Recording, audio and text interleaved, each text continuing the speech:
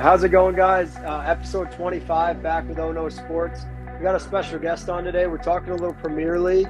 We got Brandon on with Global Football Files. How you doing, man? I'm doing pretty good. I'm doing pretty good. Good. Love to hear that, man. We're obviously getting into the swing of things with the Premier League. And those of you that don't know, I played club soccer at High Point with Brandon. He's a class goalie, and he knows a hell of a lot about the Premier League. So we're psyched to have him on and talk a little bit about the transfer window and our predictions for this coming year. And obviously, he's got his Liverpool kit on. I knew he would. Man, what a splash they've made early on, huh? Yeah, definitely made a big splash so far in the window. And from in my opinion, I don't think it's done. I still think there's a few pieces that they need to make, a few moves they need to make.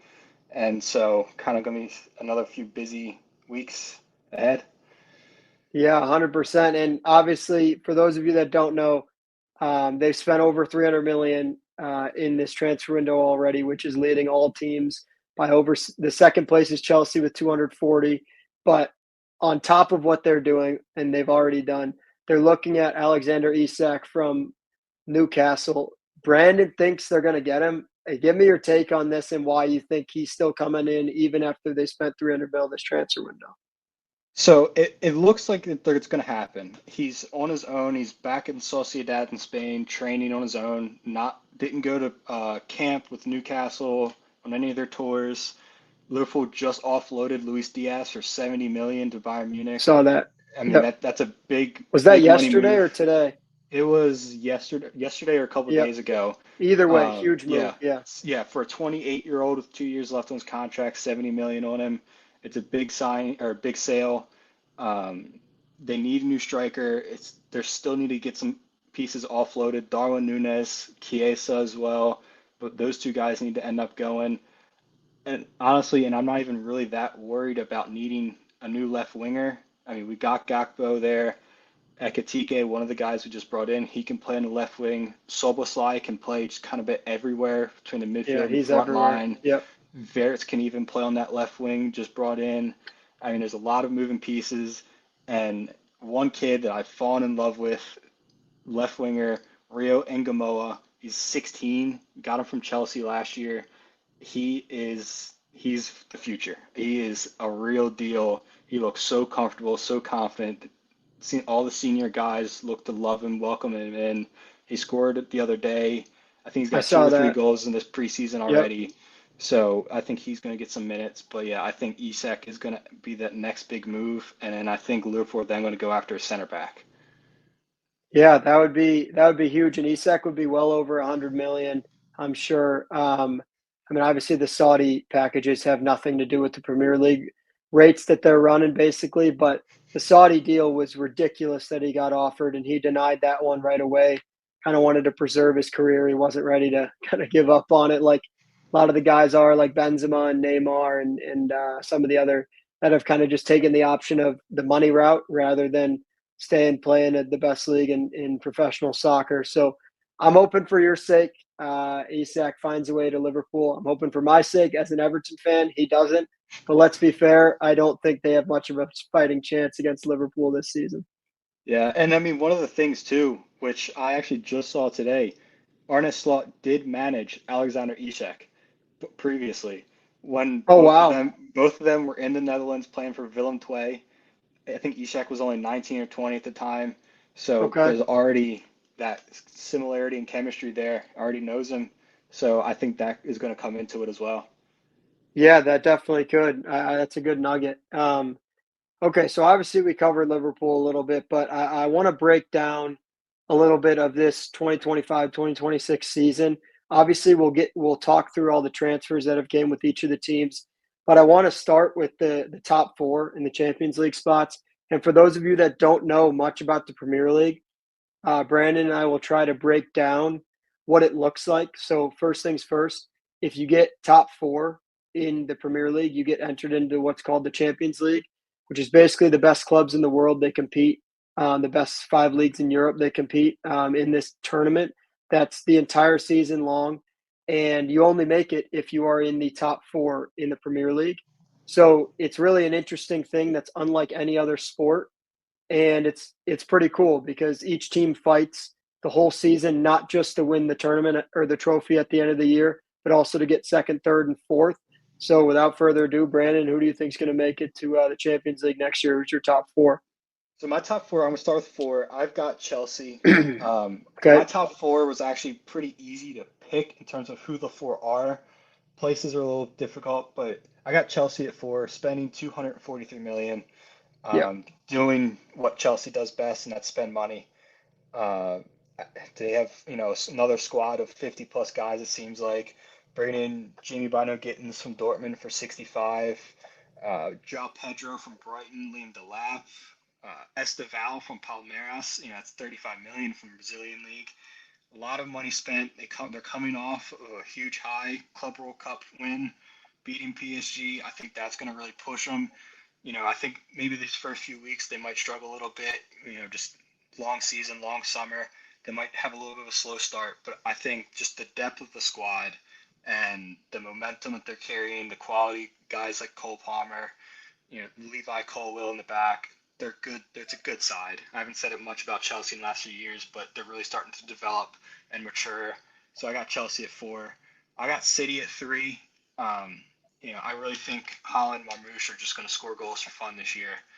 I worry about some of the spacing defensively and some of that Yep. leadership roles.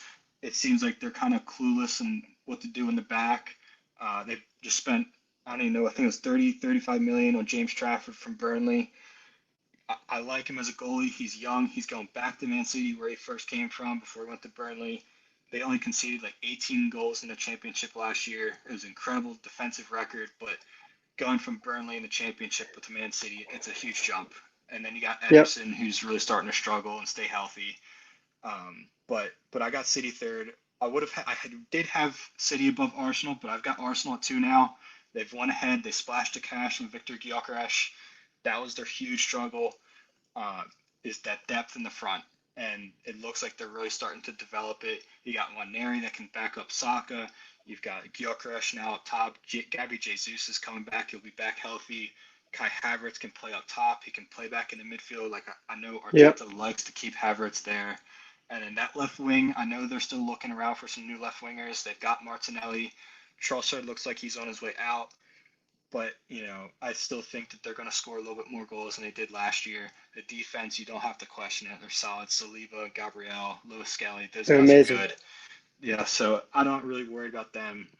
But I do have Liverpool again walking out as champions back to back. Definitely some biasy there. I'm not going to I would have say put a that. lot of money on that. Yeah.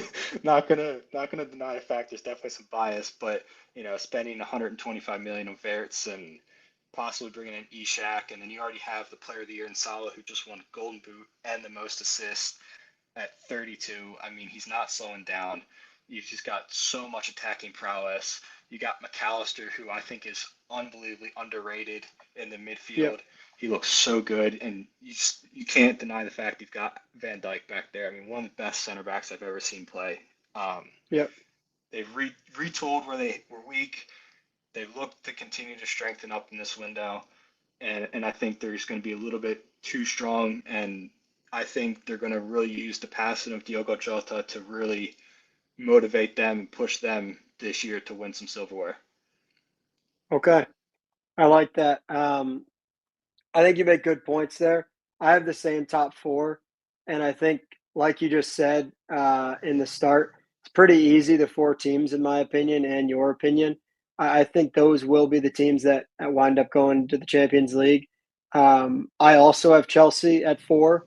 I think they're amazing, and their new signings, as you touched on, are great. I just don't think they'll break into the top three. I think Arsenal, City, and Liverpool are on a little bit different of a tier, but I think Chelsea, maybe in the next 2 or 3 years, could enter that tier with the depth of the squad that they have. I actually have Arsenal third. I was in between kind of this. The top three is tough, man. It's especially with the moves that they've made. I have Arsenal third. Obviously, Gyökeres, it's tough to pronounce, but 58 goals last season. I don't care what league you play in. 58 goals is 58 goals. That's incredible. And he's like for those of you that don't know, he's similar to when Holland came to Man City. He's a very large nine that plays just a very big and physical game, and he scores all the time from everywhere. He's just a tank, and he's going to be good for Arsenal. He'll probably score 15 or 20 goals in his first season. Um, I knew you were going to pick Liverpool, so I put Liverpool at second. But I think personally, I think it's going to be a two-horse race, and this is a little bit of a bold take. But I think Liverpool and City will finish over 90 points, and I think Arsenal and Chelsea will have closer to the low 80s range, like 82, 83, 84. And I only am choosing City because of one player that I think, in my opinion, was the number one signing based on how much they paid for him, and that's Churchy. He is incredible. I think he's going to walk in and have 10 to 15 assists immediately playing behind at the 10 behind Marmoush and Holland. Um, he's young and he's extremely technical and gifted. So I think City's going to ultimately win the league, but it's going to be a very, very close race with them and Liverpool.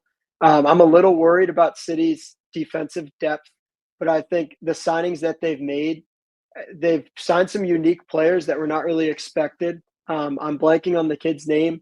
The $40 million signing they made from the Dutch league, the Netherlands league. Who am I thinking of? He plays the center mid. Hold on, I'll check my notes. Johnny Reinders Uh, from yes, Milan. He yes, came from Milan. yeah, or Milan. Sorry, he's a Dutch kid, He's but Dutch. he's He from is Milan. Dutch. Yep. Yeah. I think he's a class signing as well. They're getting healthier. Obviously, they lost De Bruyne. He was a little bit slowing down, but they're getting healthier as well. So either way, I think that's going to be the top four, and it's going to be an incredible season. I think it's awesome how the depth of the top four. Like, truthfully, if Chelsea goes out and doesn't have a slow start, like you're talking about, they could easily find their way into the mix for a title race.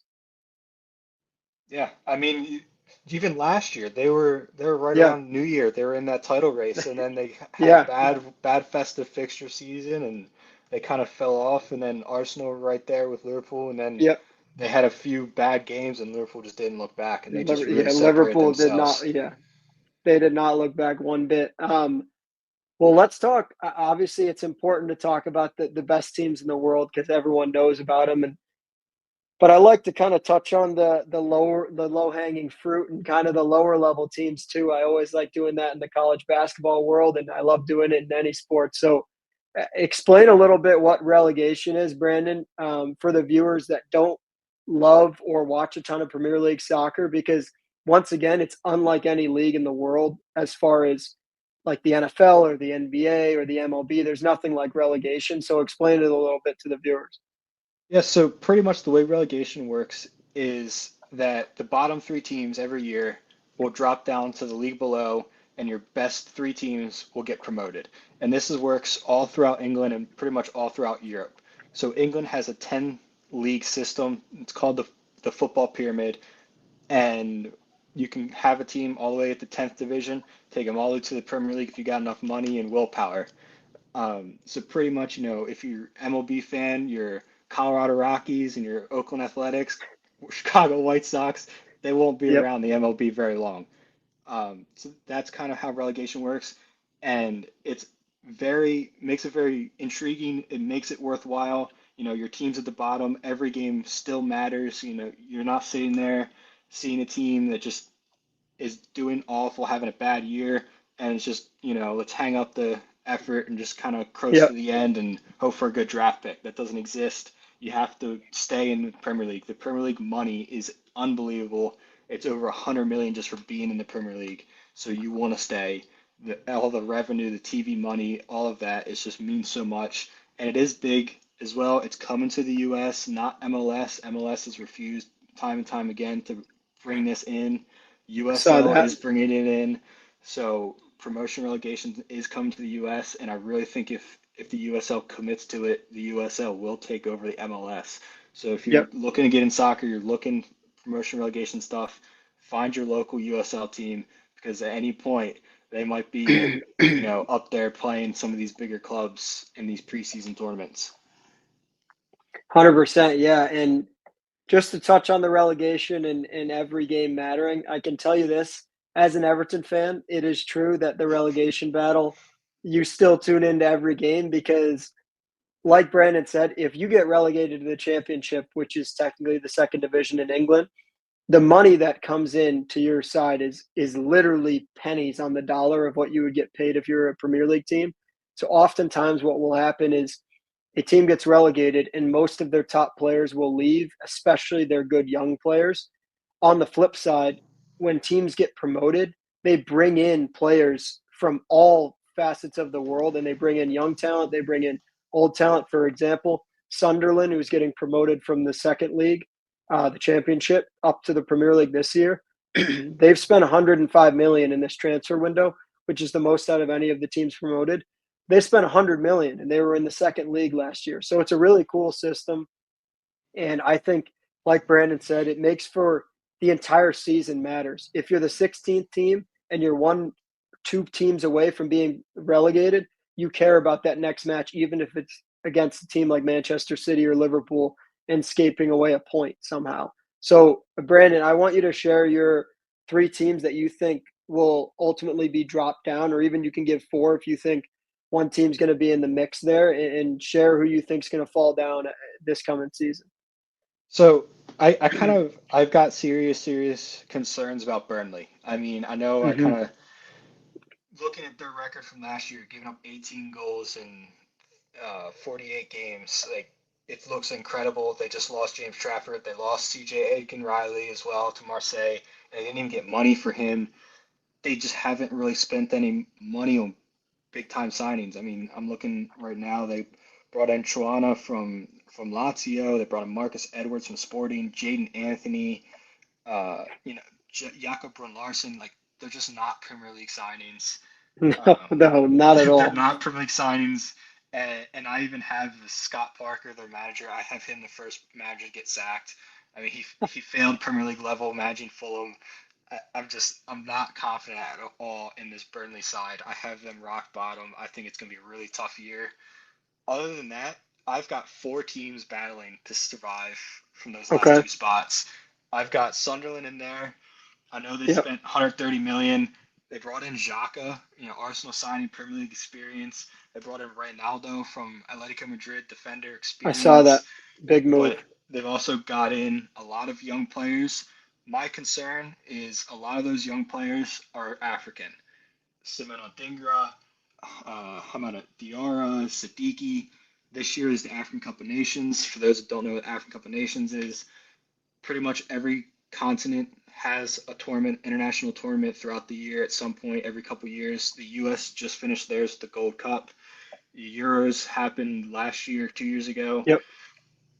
The African Cup of Nations happens during the winter in the middle of a Premier League season.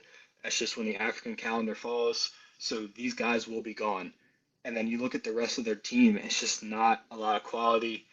Yes, you're not trying to compete for a title where every single point is really important. If you lose 3 points, you might be out of the title race. But at the same time, that could be 2 months. Someone like Simon and Yep. Dinger with Ivory Coast, that could be 2 months he's gone. And I just don't see where the goals are coming from. And defensively, I worry. I mean, they're relying on Ronaldo, who's 31, Luca 9, who was playing at Wickham in a League One 2 years ago. He's 32. Um, you know, they just don't have a lot back there in the defense, and we saw it with Southampton last year. If you just leak goals, You it's get rough. smoked. Yep. It's rough. And one piece that I wanted to add to Sunderland, because that's an incredible point about the African Nations Cup. I didn't even honestly think about that. And that's why I'm having you on, because you have a depth of knowledge that's amazing. But they lost their core of their midfield. Obviously Job's gone, but they also lost Wilson, who was, I mean, he was not as good as Joe, but he was right in the mix there, and that's their two pivots in the midfield. So obviously they spent 130 million, like you said, but it's tough to replace your guys that you've trained with for years and have been the pivots on the midfield for the last multiple seasons that they've been promoted back years almost. I think 2 of the last 3 years they've been promoted. Yeah. I do have one of the teams I have fighting, but I have them staying up. Leeds. Every year, their Yep, bottom three teams, you've got especially them staying recently, up. I got them staying up. Love I it, got them love it. staying Okay, up. I've liked their moves. They scored goals. The one thing that really separates teams from staying up and dropping is, these teams they're gonna give up goals. They're gonna give up goals a lot. yep, They're gonna get killed some games, but they scored a lot of goals last year, and they've they've solidified their defense. They've got brought in Anton Stock from Hoffenheim in the midfield to give some depth in there. Brought in center backs. Brought in a left back. Brought in a goalie. I mean, they've got the depth they're bringing in. So it'll be interesting to see. I do think they're going to just survive. I got two teams actually kind of having a bit of a fall off because of sales. So the team I have dropping down with Sunderland and Burnley is Wolves. Okay. Bit of a Add shock, them down I there. know, Yep. but losing Cunha and losing Ait Nori, that's their two pieces. That is their two huge pieces for that team and how they operated in the last couple of years, and they have not replaced them. I mean, you're bringing in Jurgen Strand Larson. He was on loan there last year. I like him. I think he's a Premier League center forward, but he's not enough to solely keep the team up. They brought in John Arias from Fluminense, who did well at the Club World Cup, but again, it's two pieces. They just don't have a lot up front. Bringing in Fair Lopez as well, can play in the midfield, can play at the 10, can play on the wing. Just again, not fantastic, not a lot there. Yeah. And just defensively, they've done no bolstering of the defense. Jose Sa is not a great goalie. I'm sure they're going to look to, utilize Hugo Bueno and Keanu Hoover, who were on loan last year. They might look to utilize them again, but there's just not a lot there, and I think they're really going to struggle without Cunha and without Ait Nori. Those two last year in some of those And games in relegation.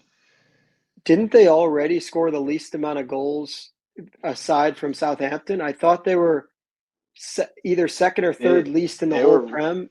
they were way down there. Yeah, I think Yeah, Leicester may and have Cunha been had there. 15 of them. Yeah, So literally they're losing probably 80% or 70% of their goals. Yeah, yeah. Leicester I was mean, down there and obviously Southampton was down there. They scored like 8. So, yeah, but yeah, yeah. I agree with that. Who are the other And teams you then got down there next to Wolves? I have Leeds right above them at sitting at 17, and then I also have Brentford. Um, Okay. losing Thomas Frank. I love Thomas Frank. I'm really upset Tottenham got him. Um, I love him Yeah, so he's going to much be as a good. manager and a person. He's such a good person. But then not even just that, you're losing Christian Norgard. He's gone to Arsenal. Brian Mbeumo's gone to United. Jan Yep. Wissa looks like he's going to end up going to Newcastle to possibly help Yep. replace Ishak. So you're losing all your goals up front between Mbeumo and Wissa. You're losing your manager, and just there hasn't been a And lot you're of starting movement 8, there. yeah, with Yeah, you're Norgard, yeah. starting eight, and there just hasn't been a lot of movement in the transfer window from them. I expect money to be moved soon. I mean, they've got a huge plus side on the net spend. I mean, they're 40 million in the green right now. They've not really spent that And they impairment need to make a money. move. They need to make a move. They've brought in Kelleher, who is a huge upgrade Yep. on He's Mark class. Flecken. They've made the Coyote signing permanent. He didn't play a lot last year, but he was injured. I like him a lot. They brought in Antonio Malimbo, who, from what I've seen, has got a lot of promise. Brentford, it kind of looks like they're working towards that Brighton plan of buying young, developing, and Yep. selling them off. But they really need a new striker or two. So if they can go ahead, they can make some moves this last month. I definitely could see them surviving, but as the squad currently stands, I am concerned about it. Their manager's also never managed in the Premier League. He was assistant to Thomas Frank. I don't know how well he's going to adjust to being the head. Yeah. So it'll be interesting to see, but I hope they stay up. I like the team. I like kind of their philosophy as a club, but I really see them struggling this year. Yeah, I like that.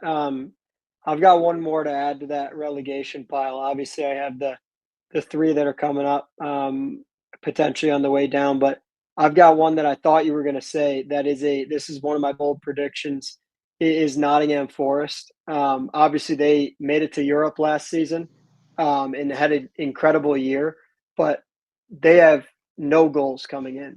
They're losing Gibbs White, they're losing Alonga, and that is kind of their heart of their attack, and the 2 that really generated the most, I would say, creativity in their attack as well. So I think they're going to be very flat, and they may struggle because they really haven't brought a ton of new pieces in, to substitute in for those guys. And I think it's one of those things where they may be like oh, we're totally fine because we made Europe last season. But the Premier League's the best league in the world, and every single team in there is fighting for the same goal.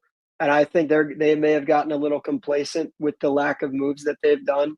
And I could see them down in the 15, 16, maybe even sneak into the 17 spot because I just don't see where their goals are coming from. Like I really don't. The truth is they have two nines in I forget how to pronounce the big nine's name. You know who I'm Awonyi. talking about? Yeah, Yes. Taiwo Awonyi. Yeah, and then obviously Chris Wood, but they rely on service in, and Alanga and Gibbs White were the two creative tens, and they played wingers as well. That would create that service and generate the chances for them. I just don't see who's going to do that this year. So that's my bold prediction. I think personally they have a chance of heading down, and I hope they don't because I enjoy watching Nottingham, and they have a very cool ground as well. Their home field is pretty sweet, and they have a good atmosphere. So hoping they don't go down, but I could see them falling, unfortunately. Yeah, I mean, with that, I know that today, really just kind of middle of the day, a few hours ago, did confirm the signing of Dan Ndoye from Bologna. Okay. I like him a lot, Swiss international. And with the Gibbs White thing, it's such a Yeah, it's up saga. in the It's air. such a saga. Yeah. It's Does he actually sign a new contract or is he going to Spurs? It's such a mess and what all is really going on. So where their heads are at there and how these guys deal with playing in Europe. It's a very Yep. difficult grind, especially because they're going to be in Conference League or Europa League either way. They're going to be having those trips over to Oh yeah. Czechia and to Estonia and those kind of random Eastern European countries. Those are long, long trips and really going to take a toll out of you when you're going there on a Thursday and having to come back play on a Sunday.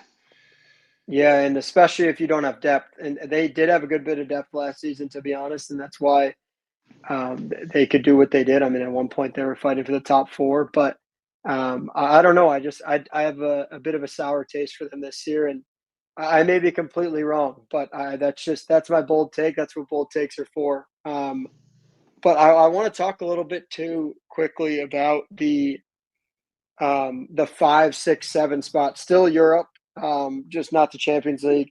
So for those of you once again that don't know, it's a little confusing to keep track. There's a lot of different things in the Premier League that are unlike any other American sports league. Um, so the fifth and sixth team will go to the Europa League, and then the seventh team will go to the Conference League. So who do you have in the 5, 6, and 7 spot? And I've got an interesting answer here as well, so I'm excited to hear yours. So I actually do have a pretty shocking answer myself. Um, I kind of didn't like even process the fact that I did have them here until I really started doing a lot more research, and I just kind of kept them. But for seven for Conference League, I got Spurs. Uh, I Okay. think I think they're healthy. I think their main issue last year was that they were hurt a lot, and I liked Ange, but he also wasn't the best manager. They're bringing in Thomas Frank. I like him a lot, like I said before when I was talking about Brentford, and they've kind of rekindled some. They've got some. Yep. They're going to be healthy again to start the year. So I think if they stay healthy, They they signed stick to a Kudus as plan. well. They sign Kudus. I really think that they're going to go ahead. They're going to shake it up a little bit. I got them seven because it is still Spurs and they're still very young and kind of missing some pieces. But I do have them back in the Europe, back at seven. My fifth and sixth, I've got Villa and Brighton. Um, Wow. I'm No really high United. on Brighton. I'm very high on Brighton right now. Some of these guys going into last year, before last year started, they grabbed one of the guys that I was really hoping Liverpool would sign to replace Nunez. Um, Greek striker Stefanos Tsitsipas. They got He's him in good. January and he was on loan last year for the rest of the year at Nuremberg. Played really well. He's come back. They also spent 35 million on Kostolis from Olympiacos, another Greek striker. So they're gonna have two Greek strikers that have played together before, and they're gonna continue playing together. I mean, they've brought in a lot of young guys. Again, they brought in Boshagli, who's got European experience from PSV. Bring in De Kuiper, again, European experience. They brought in Tom Watson, another young player from Sunderland, Kopolov, younger center back from Verona. What Brighton does is they sell and then they bring in and they just turn out new guys from nowhere. and I really Yep. think they're going to do that again. I mean, when I look at their squad, they've got some young guys. I think those two Greek kids are going to do really, really well this year, along with Tom Watson who came from Sunderland, left winger, 19. Yeah, I really think that this team's going to be decent. I would like them to go get a new keeper. Not particularly half of their keeper situation, but at the same time, I really think they're going to string things together. I like Fabian Hertzler. I like him a lot. So I do have Brighton up there at 6. I've got Villa at 5. They've got those pieces. Ollie Watkins, he's going to get you goals. There's no denying that. So I've got Villa up there. They haven't really done anything. They've just kind of been sitting No, they passive. have not. They've just been sitting passive. But I think they're going to splash a little bit of cash before the window's over.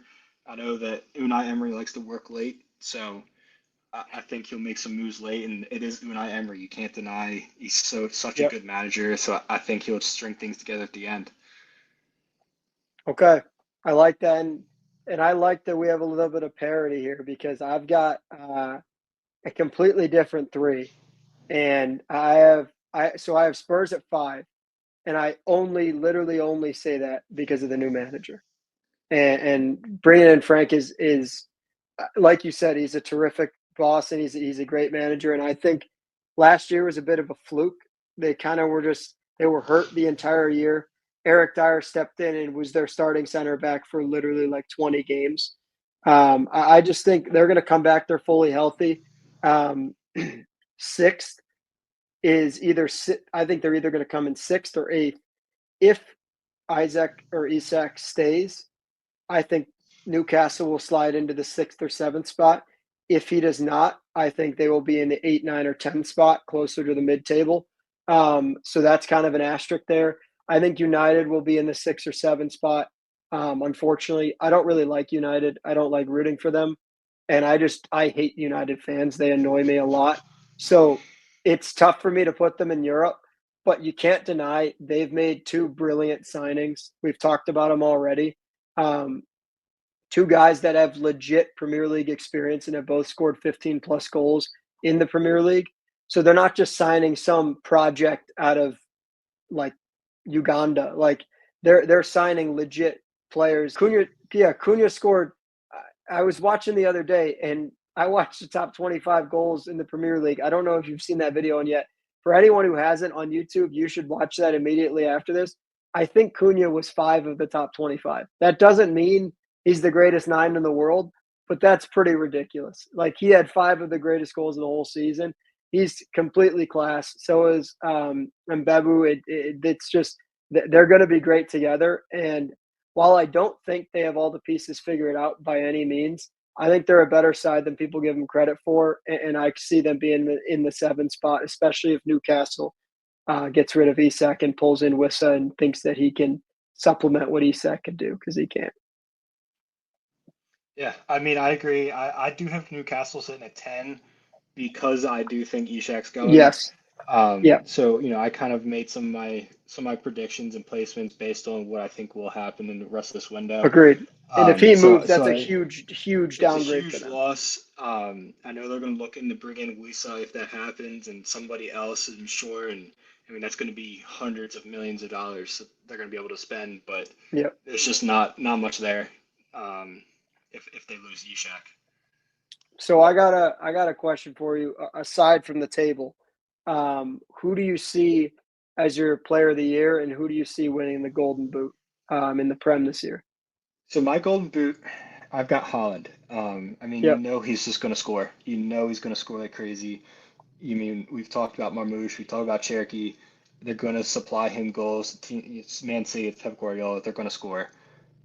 And the main reason I'm not going for someone like a Salah or an Ishak is because if they're together, they're both going to get goals, but it's going to be spread. I mean, Salah scored, almost broke so many, well, he broke so many records last year, but almost broke even more because it was him. It was all him. yep, I mean, he had to get the most assists with Darwin Núñez, who can't hit the side of a barn with a beach ball. I mean, it's the type of players that Liverpool has brought in to help score goals, I think is going to really take some of the contributions away from Salah. but Agreed. it's still going to help him shine because you can't double triple team him. If you double triple team him, Yeah, you're going to have Frimpong or Connor Bradley just putting in crosses to Ishak. Verts is just going to find pockets of space to just pick apart. It's going to be a very dynamic thing, which I think will free Salah up some more. But it'll be really interesting. And again, African Cup of Nations, Salah's going to be gone for possibly 2 months with Egypt, so that all comes into effect. My player of the season, though, with Liverpool winning the league, I do have Verts. Coming in, I think he's going to live up to the price tag, be a really? successful Okay. signing. I mean, it's a lot of money for a 22, 23-year-old, but he's looked so good in preseason for what I've seen. He seems like he's gelling. He's got Frimpong, who, yeah, he's a right back slash right winger, but played together already, and I think the touches he's looked really good, and I really think you're going to have a very standout performance season from him. But yeah, I've got Verts as my player of the season, Holland as my top scorer, and I think Hans, if he stays healthy, is going to kind of run away with it. Okay. Yeah, and I guess I have a little ball knowledge myself because I've got same as you. I've got Verts as Player of the Year, and I've got Holland as Golden Boot. I think Holland's going to score 30 goals this season. I think Churchy or Cherky, it's tough to pronounce a lot of these names. I might be butchering some of them, so I apologize if I am. But he's so class, and I think Holland will score 30 goals this season. But I agree. Uh, I think Verts is going to have 15 and 15.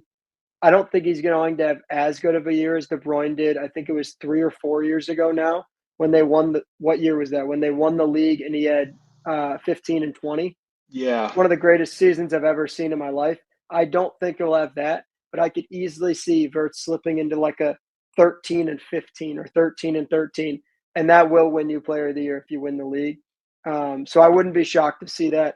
I think especially if they get Isak, he'll be well within 15, right around the 15 assist mark, which is just so impressive considering how tough it is to compete in the Premier League as a 22-year-old. But I agree. I think although they paid a ridiculous amount for him. There's few players in the world that are worth that price, and he's in the mix for that. So I would have those as my two Player of the Year and Golden Boot.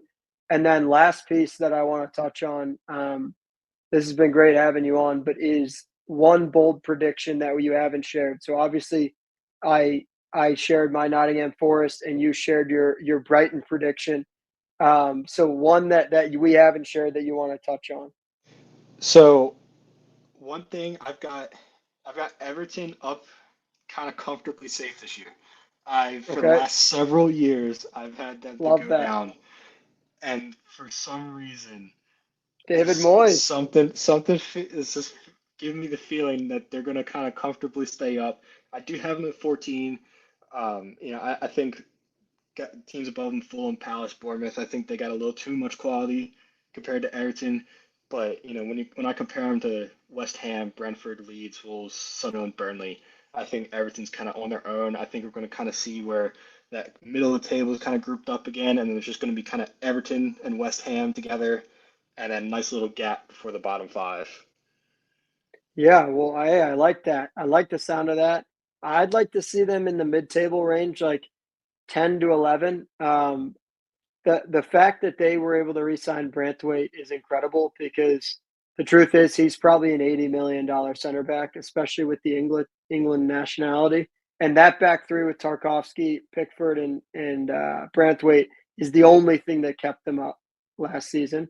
And David Moyes running the ship. They're a unique team, so I would like to see them make at least one or two more moves. They simply don't have any depth, and their situation with Barry and Beto, they're the same exact player. They both have very little technical ability and a lot of physical ability. So hopefully they can find a way to score a few goals, but obviously that was our issue last season. Yeah. We'll see what happens. I don't know. I'm excited for it, but um, all right, I'll give my bold prediction here. Just ending it. I think I talked about it a little bit earlier, but I think Marmouche is going to have a either 10 and 15 or 15 and 10 season.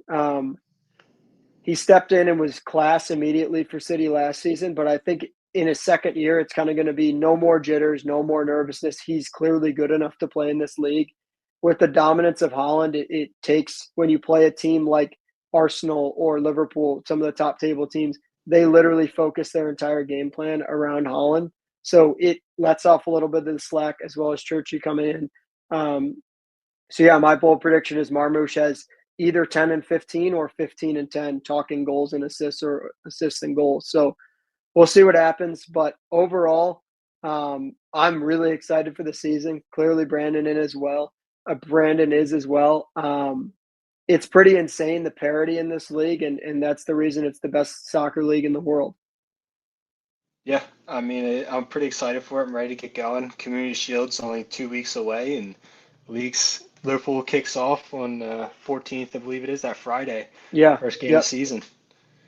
Yeah, I know I'll be tuned in at work, so I'm sure you will be too. Yeah, Well, that's awesome, man, and I'm glad I had you on, man. It's always great catching up, and it's great picking your brain about this kind of stuff. We'll definitely have you on mid-season to see how stupid or how smart we are talking Premier League. But best of luck to Liverpool, and great having you on, man. yeah. Thanks for having me on. I really enjoyed it, and yeah, let's come back mid-season and see see how little we actually ended up now. Yeah, seriously.